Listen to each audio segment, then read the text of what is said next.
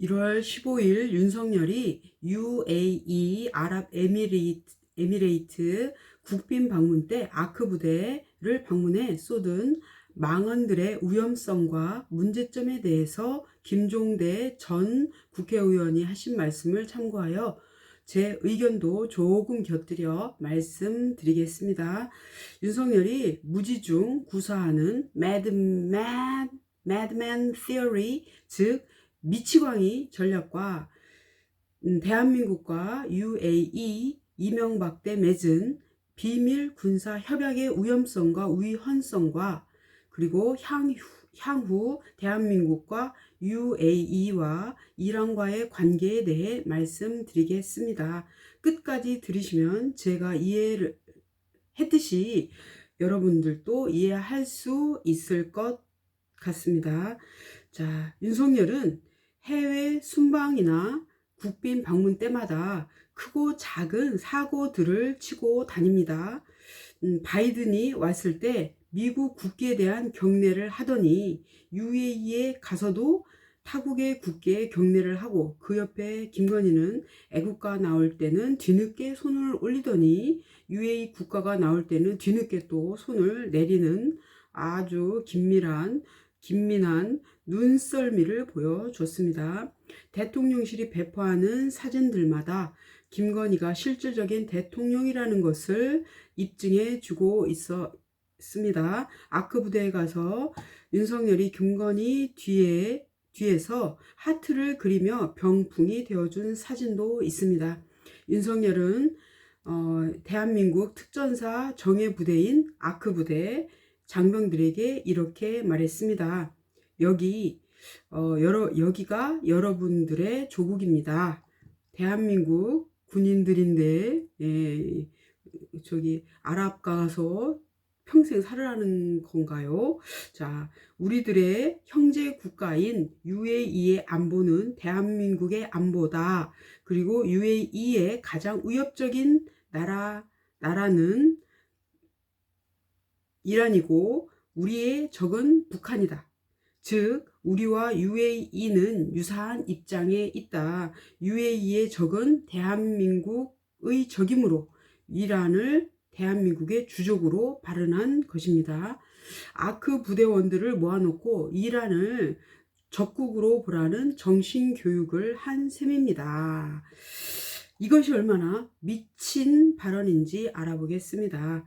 윤석열 이 모지리가 광인 전략, Madman Theory란 고도의 전략을 알고 쓴 것은 절대 아니겠지만 이미 선제 타격, 핵무장, 핵 공동기획, 공동연습, 확전 가능성을 염두에 둬야 한다는 발언으로 미치광이란 것을 입증하긴 하였습니다. 광인 전략을 좀 더 자세히 말해보면 협상 상대자에게 자신을 미치광이로 인식시킴으로써 이를 무기삼아 협상을 유리하게 이끄는 전략입니다. 미국의 이제 닉슨 대통령 핵전쟁을 일으킬 수도 있다는 그런 생각을 여론 조성을 함으로써 러시아를 굴복시켰고 전쟁하는 것을 할 수도 있는 것을 굴복시켰고 북한의 3대 김정은까지 이르는 그런 3부자와 트럼프가 사용했던 것이 이런 광인 전략 같습니다. 자, 광인 전략에 근데 그들이 취했던 광인 전략보다도 더한 그 광인 전략의 정수를 이번에 윤석열이 보여준 것입니다. 자, 이란이 이 윤석열의 발언에 발끈해서 반응을 보였습니다.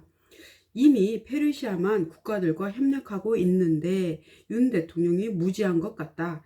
간섭적 발언을 했다. 내정 간섭 발언으로 본 것입니다. 한국의 외교부의 해명을 기다리겠다.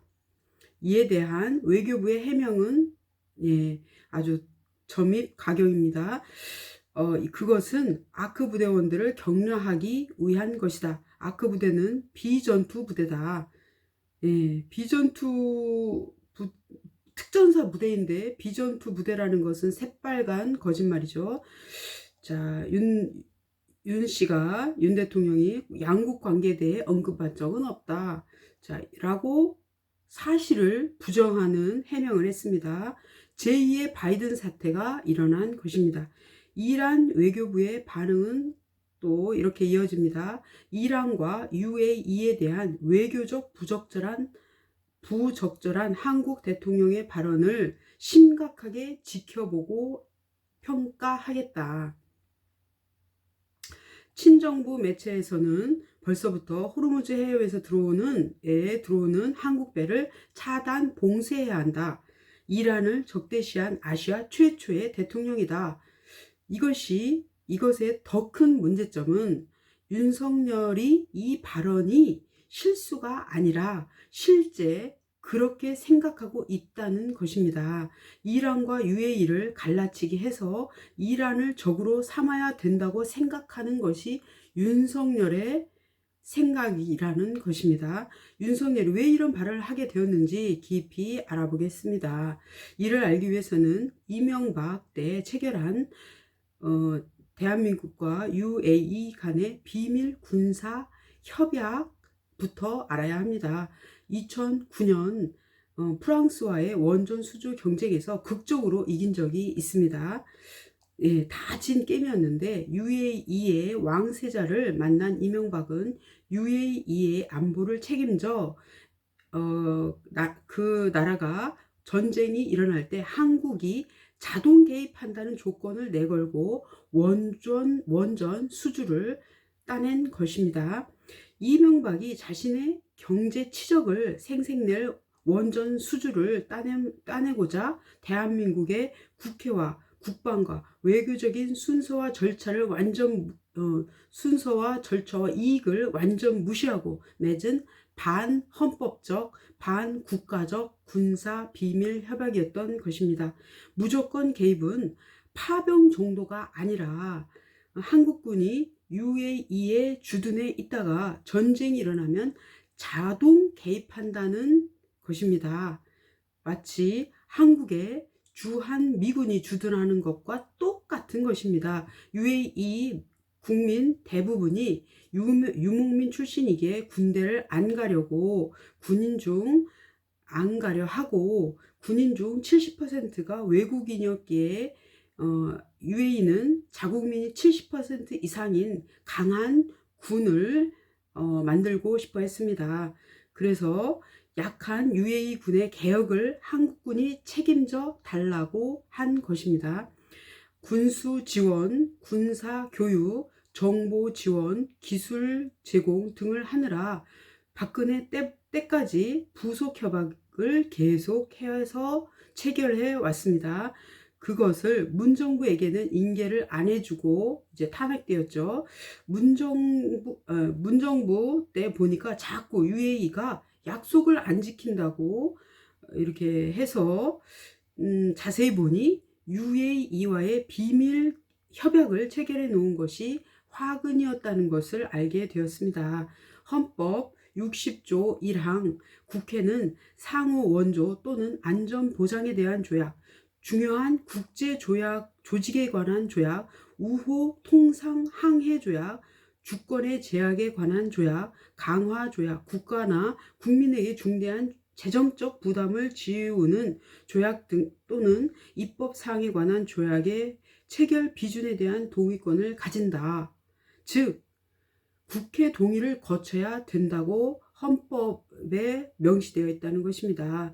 이는 헌법을 무시한 반헌법적 협약이었던 것입니다. 그래서 문정부의 송영무 장관이 UAE에 가서 문구를 바꾸고자 했더니 수교를 단절하겠다고 압박을 해왔습니다.